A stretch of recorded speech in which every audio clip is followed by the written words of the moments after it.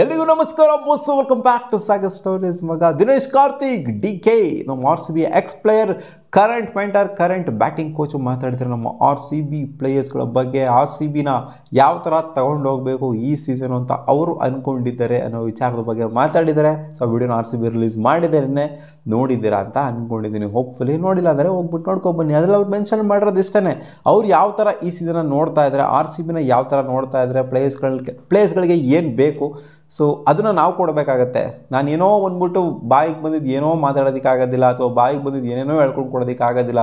ಪ್ಲೇಯರ್ಸ್ಗಳ ಮುಂಚೆ ಹೆಂಗಿತ್ತು ಅಂತಂದರೆ ಪ್ಲೇಯರ್ ಟು ಪ್ಲೇಯರ್ ರಿಲೇಷನ್ಶಿಪ್ ಇರಬೇಕಾಗಿತ್ತು. ಇವಾಗ ಕೋಚ್ ಟು ಪ್ಲೇಯರ್ ರಿಲೇಷನ್ಶಿಪ್ನ ಮೇಂಟೈನ್ ಮಾಡುವಂಥ ಸಿಚುವೇಶನ್ ಬಂದಿದೆ.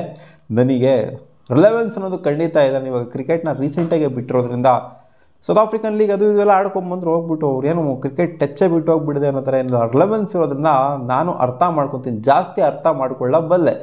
ಇಂಡಿಯನ್ ಕಂಡೀಷನ್ಸ್ನ ಜೊತೆಗೆ ರೀಸೆಂಟಾಗಿ ಆ ಒಂದು ರಿಲೆವೆನ್ಸ್ ಕೂಡ ಇರೋದ್ರಿಂದ ಖಂಡಿತ ಅರ್ಥ ಮಾಡ್ಕೊತೀನಿ ಪ್ಲೇಯರ್ಸ್ಗಳ ತಲೆಯಲ್ಲಿ ಏನು ಓಡ್ತಾ ಇದೆ. ನನಗಾಗಿದ್ದು ನಾನು ಮಾಡಿದ್ದು ಎಲ್ಲರಿಗೂ ವರ್ಕೌಟ್ ಆಗುತ್ತೆ ಅಂತ ಹೇಳೋದು ಸಿಕ್ಕಾಪಟ್ಟೆ ತಪ್ಪಾಗುತ್ತೆ. ಅಂದರೆ ದಿನೇಶ್ ಕಾರ್ತಿಕ್ ಅವರು ಏನನ್ನು ಇಂಪ್ಲಿಮೆಂಟ್ ಮಾಡ್ಕೊಂಡ್ರೋ ಅದನ್ನು ಬೇರೆ ಪ್ಲೇಯರ್ಸ್ಗಳು ಇಂಪ್ಲಿಮೆಂಟ್ ಮಾಡ್ಕೊಂಡ್ರು ಅಂದರೆ ಎಲ್ಲರಿಗೂ ವರ್ಕೌಟ್ ಆಗುತ್ತೆ ಅಂತ ಅನ್ಸೋದಿಲ್ಲ. ಕೆಲವು ಪ್ಲೇಯರ್ ವರ್ಕೌಟ್ ಆಗ್ಬೋದು, ಕೆಲವು ಪ್ಲೇಯರ್ಗಳಿಗೆ ವರ್ಕೌಟ್ ಆಗದೇ ಇರ್ಬೋದು. ನಾವು ಹೇಳುವಂಥದ್ದು, ನಾವಿಲ್ಲಿ ಏನು ಮಾಡಬೇಕು ಅಂತಂದರೆ ಪ್ಲೇಯರ್ಗಳಿಗೆ, ಆ ಒಂದು ಪರ್ಟಿಕ್ಯುಲರ್ ಪ್ಲೇಯರ್ಗೆ ಏನು ಈಸಿ ಆಗ್ತಾ ಇದೆಯೋ, ಏನು ಆಗ್ತಾ ಇದೆಯೋ, ಸೊ ಅದನ್ನು ನಾವು ಕೊಡಬೇಕಾಗತ್ತೆ. ನಮಗಾಗಿರೋದು ಅವ್ರಿಗೂ ಆಗುತ್ತೆ ಅಂತ ನಾವು ಅದನ್ನೇ ಪುಷ್ ಮಾಡೋಕೆ ಹೋಯ್ತು ಅಂತಂದರೆ ಅದು ಎಲ್ಲ ಪ್ಲೇಯರ್ಸ್ಗೂ ಕೂಡ ಆಗೋದಿಲ್ಲ. ಅಂದರೆ ಅವ್ರು ಹೇಳ್ತಿರೋದು ಹೆಂಗೆ ಅಂತಂದರೆ ಎಲ್ಲ ಪ್ಲೇಯರ್ಸ್ಗಳಿಗೂ ಒಂದೇ ಸ್ಟ್ರೆಂತ್ ಇರುತ್ತೆ, ಒಂದೇ ವೀಕ್ನೆಸ್ ಇರುತ್ತೆ ಅಂತೆಲ್ಲ. ಡಿಫ್ರೆಂಟ್ ಸ್ಟ್ರೆಂತ್ ಇರುತ್ತೆ, ಡಿಫ್ರೆಂಟ್ ವೀಕ್ನೆಸ್ ಇರುತ್ತೆ. ಅದ್ರ ಮೇಲೆ ಅವ್ರು ಕೆಲಸ ಮಾಡ್ತು ಅಂತಂದರೆ ಕಡಕಾಗಿ ಇರುತ್ತೆ. ಎಲ್ಲರಿಗೂ ಒಂದೇ ಇಂಪ್ಲಿಮೆಂಟ್ ಮಾಡ್ತು ಅಂತಂದರೆ ಅದು ಸರಿ ಇರೋದಿಲ್ಲ ಅಂತ ಹೇಳಿದ್ದಾರೆ. ಆ್ಯಂಡ್ ಇವರ ಪ್ಯಾಟರ್ನೇ ಬೇರೆ ಥರ ಇತ್ತಂತೆ, ಇವಾಗಿರೋ ಪ್ಯಾಟರ್ನೇ ಬೇರೆ ಥರ ಇದ್ದಂತೆ. ಆ್ಯಂಡ್ ಈ ಫ್ಲವರು 9 ಗಂಟೆಗೆ ಎದ್ಬಿಟ್ಟು ಎಲ್ಲನೂ ಸ್ಟಾರ್ಟ್ ಮಾಡ್ಕೊಳ್ಳಿ ಅಂತ ಅಂತಿರ್ತಾರಂತೆ. ಬಟ್ ಇವರು ಯೂಶ್ವಲಿ IPL ಎಲ್ಲ ನೋಡಿರೋದು ಹಿಂದೆ ಎಲ್ಲ ಹೆಂಗೆ ಅಂತಂದರೆ 11 ಗಂಟೆಯಿಂದ ಮೇಲ್ಗಡೆ, ಬೆಳಗ್ಗೆ 11 ಗಂಟೆ ಮೇಲ್ಗಡೆ ಎಲ್ಲ ಸ್ಟಾರ್ಟ್ ಆಗೋದಂತೆ.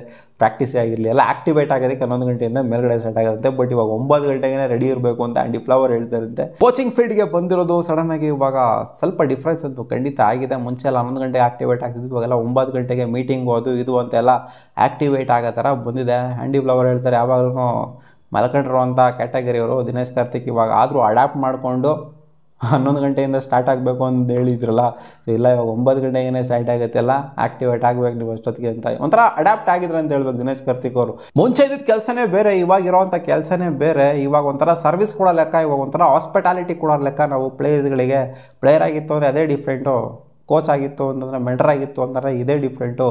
ನಾವೆಲ್ಲೂ ಕೂಡ ಬರೋದಿಲ್ಲ, ಪ್ಲೇಯರ್ಸ್ಗಳೇ ಅಲ್ಟಿಮೇಟ್ಲಿ ಬರೋವಂಥದ್ದು. ಬಟ್ ಆದರೂ ನನಗೇನೋ ಅನ್ನಿಸ್ದೆ, ಒಂಥರ ಕ್ರಿಕೆಟ್ನ ಮಿಸ್ ಮಾಡ್ಕೊತಾ ಇಲ್ಲ ನಾನು, IPLನ ಮಿಸ್ ಮಾಡ್ಕೊತಾ ಇಲ್ಲ. ಅಂದರೆ ಅವರು ಆಡ್ತಾ ಇದ್ದಲ್ಲ ಅದರಲ್ಲೂ ಮಿಸ್ ಮಾಡ್ಕೊತಿಲ್ಲ ನಾನು. ಆಸ್ ಎ ಪ್ಲೇಯರೇ ಇದೀನಿ ಅಂತ ನನಗೆ ಆ ಒಂದು ವೈಬ್ ಬರ್ತಾ ಇದೆ ಅಂತ ಹೇಳಿದರೆ.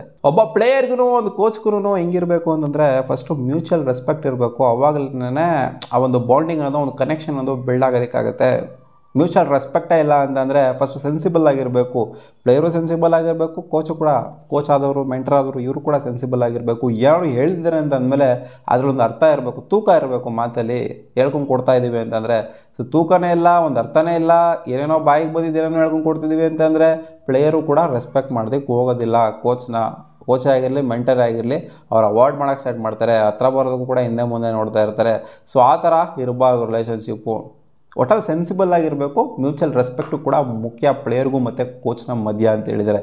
ಮೇಯ್ನಾಗಿ ಏನಾದರೂ ಕಲಿಬೇಕು ಅಂತಂದರೆ ಇವರು ಅವರಿಂದ ಕಲಿಬೇಕಾದ್ರೆ, ಜೊತೆಗೆ ಅವರು ಇವರಿಂದ ಕಲಿಬೇಕಾದ್ರೆ. DK ಹಂಗೆ ಲಾಸ್ಟಿಗೆ ಮಾಸ್ ಡೈಲಾಗ್ನ ಬಿಟ್ಟವ್ರೆ, ಎಲ್ಲರ ಕೈಲೂ ಸಾಧ್ಯ. ನೀವು ಇಲ್ಲಿ ಬಂದಿದ್ದೀರಾ ಅಂತಂದರೆ, ಆಪ್ಷನಲ್ಲಿ ಪಿಕ್ ಆಗಿದ್ದೀರಾ ಅಂತಂದರೆ, ರಿಟೈನ್ ಆಗಿದ್ದೀರಾ ಅಂತಂದರೆ ನಿಮ್ಮಲ್ಲಿ ಎಲ್ಲರ ಹತ್ರನೂ ಕೂಡ ಈಕ್ವಲ್ ಕೆಪಬಿಲಿಟಿ ಅನ್ನೋದಿದೆ. ಸೊ ಆ ಈಕ್ವಲ್ ಕೆಪಬಿಲಿಟಿ ಎಕ್ಸ್ಟ್ರಾಕ್ಟ್ ಆಗಬೇಕು ನಿಮ್ಮಿಂದ ಅಂತಂದರೆ ನಿಮಗೆ ಬೇಕಾಗಿರೋದು ಕರೇಜು, ಆ ಒಂದು ಬಿಲೀಫ್ ಫ್ಯಾಕ್ಟರ್ ಇರಬೇಕು. ಎಲ್ಲಾಗೂ ಕೂಡ ಸ್ಕಿಲ್ ಅನ್ನೋದು ಇದ್ದೇ ಇರುತ್ತೆ, ಬಟ್ ಕರೇಜು ಮತ್ತು ಆ ಒಂದು ಬಿಲೀಫ್ ಫ್ಯಾಕ್ಟರ್ನಿದೆ. ಸೊ ಅವೆರಡು ಸೇರ್ಕೊಂತು ಅಂತಂದರೆ ಎಲ್ಗೋ ತೊಗೊಂಡೋಗ್ಬಿಡುತ್ತೆ. ನಿಮ್ಮ ಸ್ಕಿಲ್ ಜೊತೆಗೆ ಇವೆರಡೂ ಸೇರ್ಕೋಬೇಕು, ಮೀನ್ ಕರೇಜು ಮತ್ತು ಬಿಲೀಫ್ ಅನ್ನೋದು. ಸೊ ಇದೇ ಇಲ್ಲ ಅಂತ ಅಂದರೆ ನಿಮ್ಗೆ ಏನು ಸ್ಕಿಲ್ ಇದ್ರೂ ಕೂಡ ಸೊ ಅದು ವೇಸ್ಟ್ ಆಗೋಗ್ಬಿಡುತ್ತೆ. ಫಸ್ಟು ಧೈರ್ಯ ತೊಗೋಬೇಕು, ಆಮೇಲೆ ನಿಮ್ಮೊಂದು ಬಿಲೀಫ್ ಇರಬೇಕು, ಏನೋ ಒಂದು ಮಾಡ್ತೀನಿ ಅಂತ. ಅದಾದಮೇಲೆ ಸ್ಕಿಲ್ಲು ಸೇರ್ಕೊಂತು ಅಂದರೆ ಇದ್ರ ಜೊತೆಗೆ ಎಲ್ಗೋ ಹೊಟ್ಟೋಗ್ಬಿಡ್ತೀರ ನೀವು. ನಮ್ಮ RCBನ ಎಲ್ಗೋ ತೊಗೊಂಡೋಗ್ಬಿಡ್ತೀರ ನೀವು. ಪಂಚಿಂಗ್ ಡೈಲಾಗ್ನ ಕೊಟ್ಟವ್ರೆ, ನೋಡೋಣ ಇವರ ಎಲಿವೇಷನ್ ಡೈಲಾಗ್ಗಳಿಗಾದರೂ ನಮ್ಮ RCB ಬ್ಯಾಟರ್ಸ್ಗಳು ಅಜ್ಜಿ ನಾಯ್ಡಿ ಪಿಡಿ ವಾಂಚಬೇಕು ಈ ಸೀಸನು. ಬ್ಯಾಟಿಂಗ್ ಕೋಚ್ ಆಗಿದ್ದಕ್ಕೂ ಸಾರ್ಥಕ ಮಾಡಿಬಿಡ್ಬೇಕು ನಮ್ಮ DKನ. ಏನೇನೋ ಮಾಸ್ ಡೈಲಾಗ್ಗಳು ಬಿಡ್ತಾವ್ರೆ. ಸಿಗೋಣ ಮುಂದಿನ ವಿಡಿಯೋದಲ್ಲಿ. ನಿಮಗೆ ಏನು ಅನಿಸುತ್ತೆ? ಆರ್ ಸಿ ಬಿಯ ಬ್ಯಾಟಿಂಗ್ ಯೂನಿಟು ದಿನೇಶ್ ಕಾರ್ತಿಕ್ ಅವರ ಈ ಒಂದು ಬ್ಯಾಟಿಂಗ್ ಕೋಚ್ ಪೀರಿಯಡಲ್ಲಿ ಏನಾದ್ರು ಹೆವಿ ಬ್ಲಾಸ್ಟ್ ಆಗುತ್ತೆ ಅಂತ ಅನ್ನಿಸ್ತಿದೆಯಾ ಅಥವಾ ಉದುರೋಗ್ಬಿಡುತ್ತೆ ಅಂತ ಅನ್ನಿಸ್ತಿದೆ? ಕಾಮೆಂಟ್ ಸೆಕ್ಷನಲ್ಲಿ ಹಾಕಿ. ಬಾ.